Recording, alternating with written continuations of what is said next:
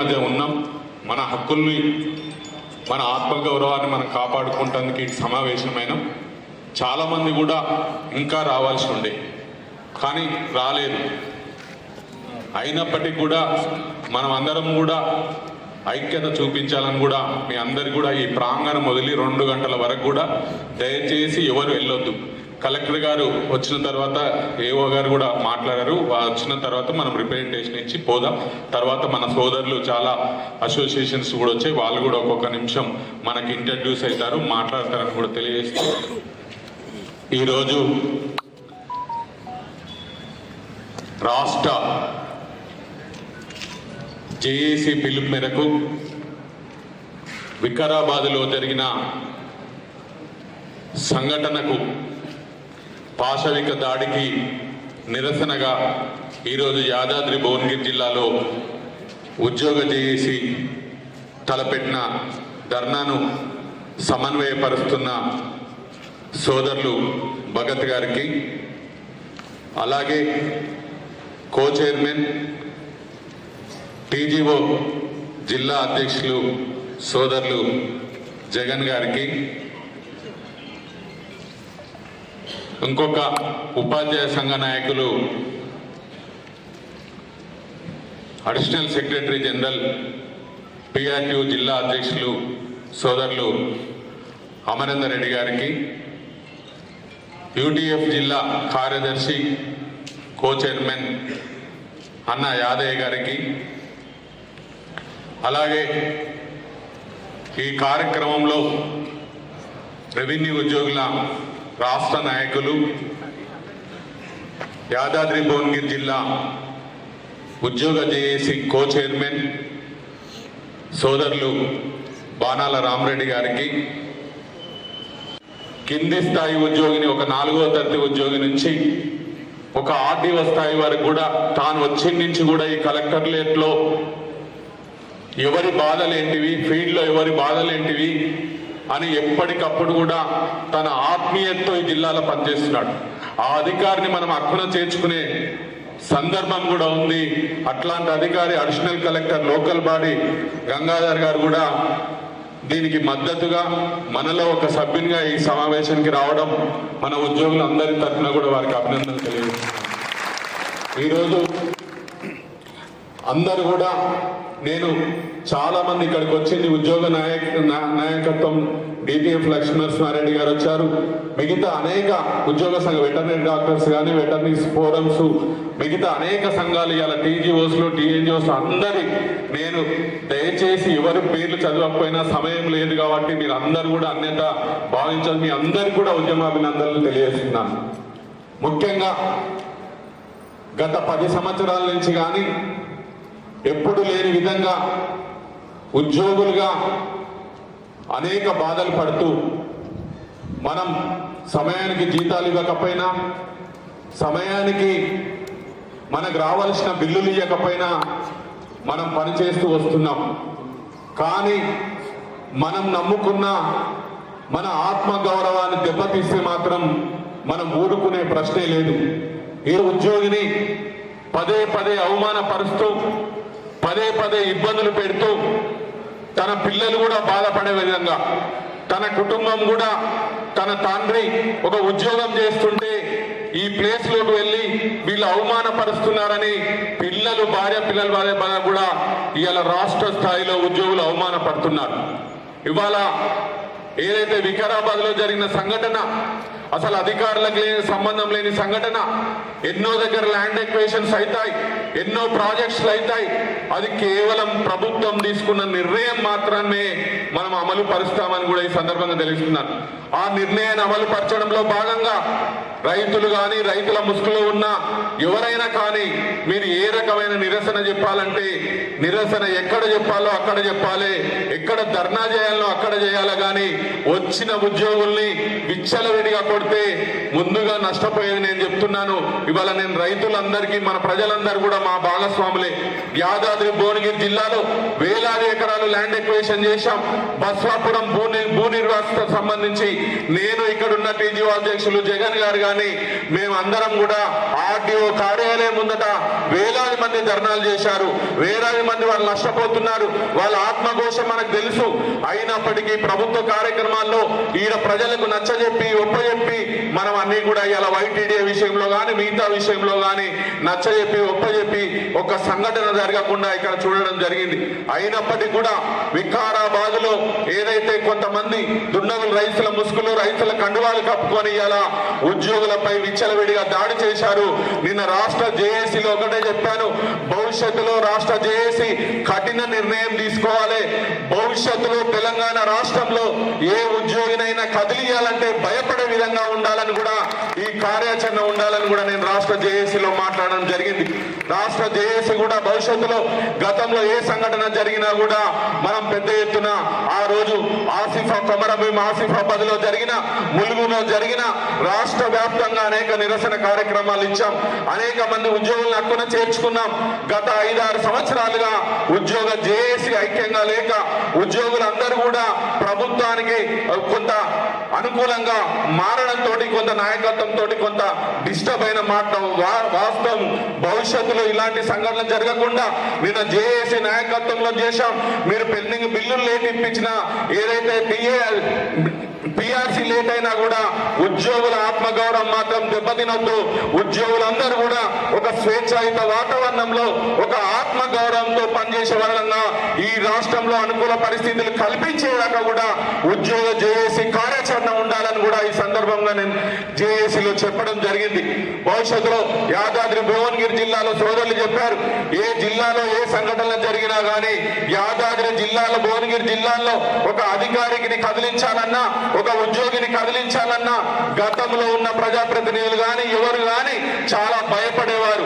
దానికి కారణం యాదాద్రి భువనగిరి జిల్లా ఉన్న ఉద్యోగులందరూ కూడా ఇవాళ ఒక అటెండర్ స్థాయి నుంచి ఇలా ఒక అడిషనల్ కలెక్టర్ స్థాయి వరకు ఈ సమావేశంలో మనం ఉన్నాం. వీళ్ళ జోలికి వస్తే కష్టం, మనకేదన్నా నష్టం కష్టం ఉన్నా కూడా కలెక్టర్ గారిని రిప్రజెంట్ చేద్దాం, గవర్నమెంట్ రిప్రజెంట్ చేద్దాం, మనం సాధించుకుందాం. కానీ ఉద్యోగుల జోలికి వెళ్ళొద్దు అనేది కూడా మెసేజ్ ఈ ప్రాంతంలో ఉన్నదంటే కేవలం ఈ జిల్లా ఉద్యోగుల ఐక్యత అని కూడా మీ అనే సందర్భంగా నేను తెలియజేస్తున్నాను. గతంలో డిప్యూటీ తహసీల్దార్ని మహిళ అని చూడకుండా అసభ్యకరంగా పెడితే పెద్ద ఎత్తున ధర్నా చేసి అరెస్ట్ చేపించి కనీసం నెల రోజులు కూడా బెయిల్ రాకుండా చేస్తే ఆ రోజు శాసనసభ్యులు మంత్రులు నాకు అనేక రకాలుగా ఫోన్ చేశారు.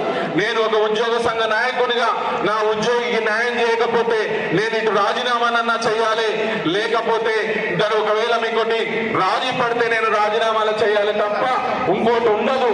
నా వ్యక్తిగత విషయం వస్తే ప్రజాప్రతినిధులుగా శాసనసభ్యులుగా మీ అందరినీ కూడా నేను గౌరవించుకుంటాను, మీ దగ్గరికి వచ్చి రిక్వెస్ట్ చేసుకుంటాను తప్ప ఈ విషయంలో రాజీ పడేయలేదని ఆ రోజు మనం పెద్ద ఎత్తున అరెస్ట్ చేయించడం జరిగింది. అదే విధంగా ఒక మార్కెట్ సూపర్వైజర్ ని మార్కెట్ చైర్మన్ ఏదైతే దుర్భాషలాడితే ఆ రోజు పెద్ద ఎత్తున ర్యాలీ తీసి ఆ చైర్మన్ కూడా అరెస్ట్ అయ్యారు. ఒక హెచ్డబ్ల్యూ ఒక హాస్టల్కి వెళ్ళి ఒక ఎంపీపీ గారు అవమానపడేటట్టు మాట్లాడితే నేను వెంబడి ఫోన్ చేసి ఎంపీపీ గారితో ఆ రోజు ఆ హెచ్డబ్ల్యూ కూడా క్షమాపణలు చెప్పించడం జరిగింది.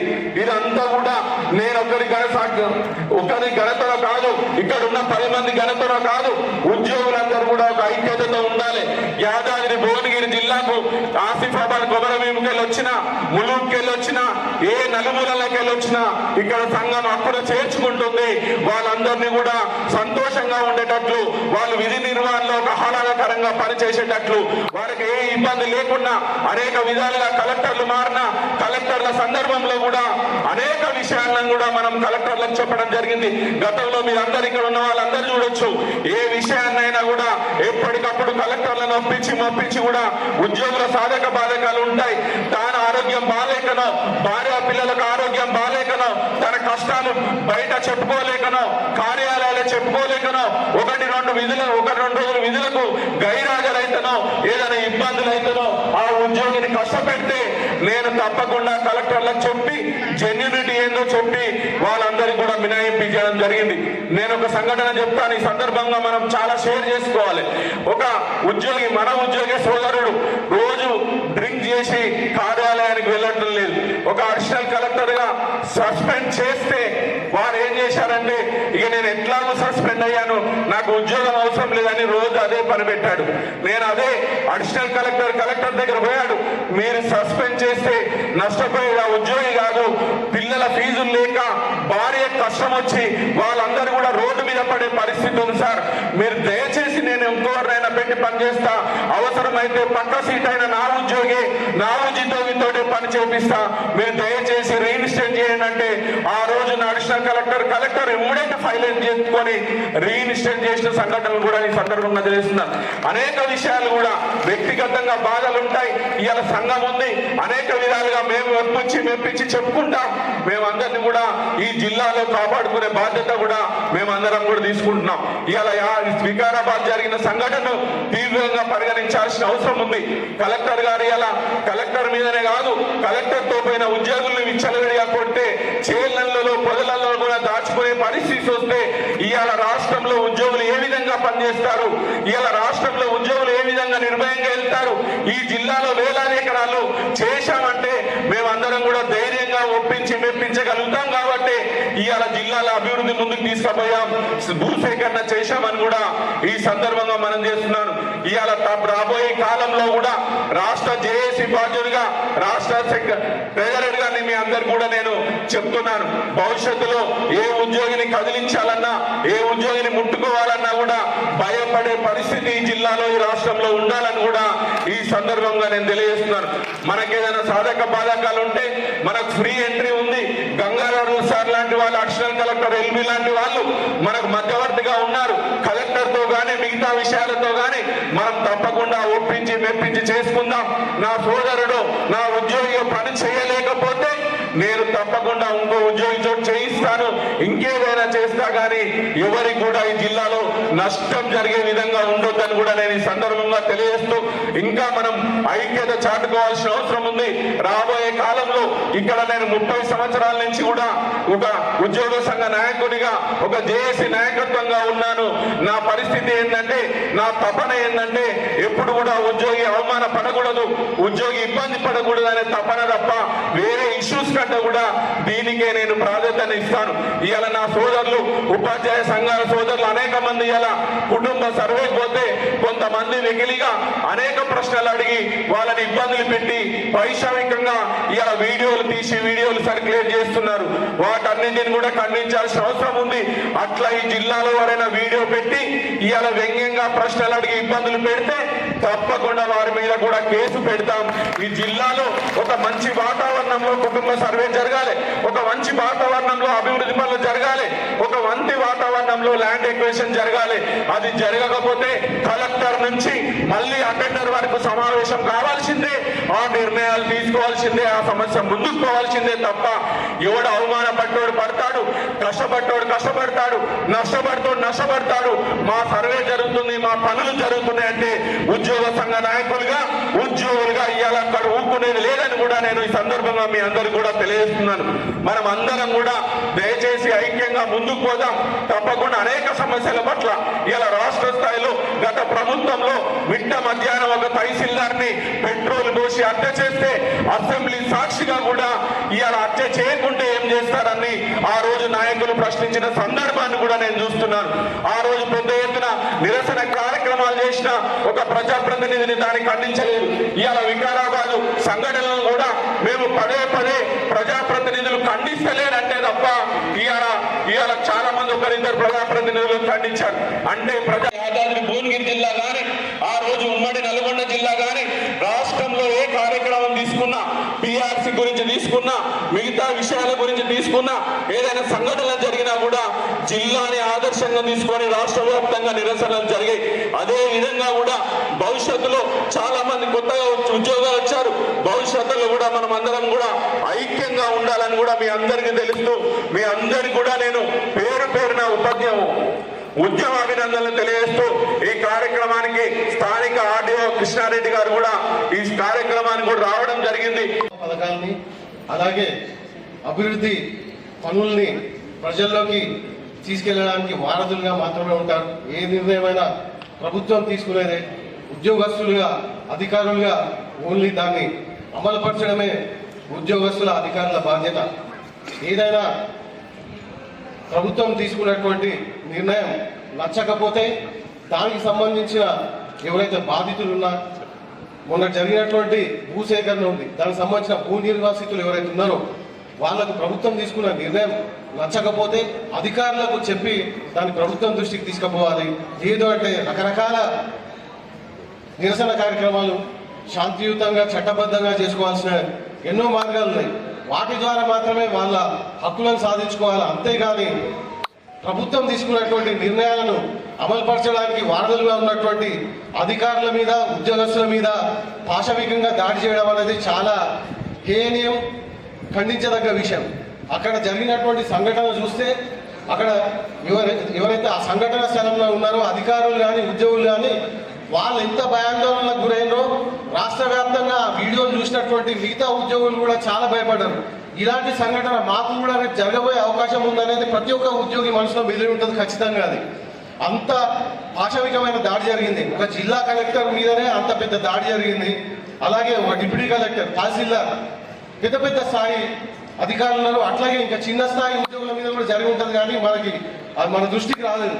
అట్లాంటి సంఘటనలు జరగడం అనేది రాష్ట్ర చరిత్రలోనే ఇంతకుముందు ఎవరు సోదరులు చెప్పింది బీహార్లో జరిగినటువంటి సంఘటనలు గుర్తు తెచ్చిందని చెప్పేసి మన రాష్ట్రంలో, ఉమ్మడి రాష్ట్రంలో కూడా ఇలాంటి సంఘటనలు జరిగి ఉండకపోవచ్చు.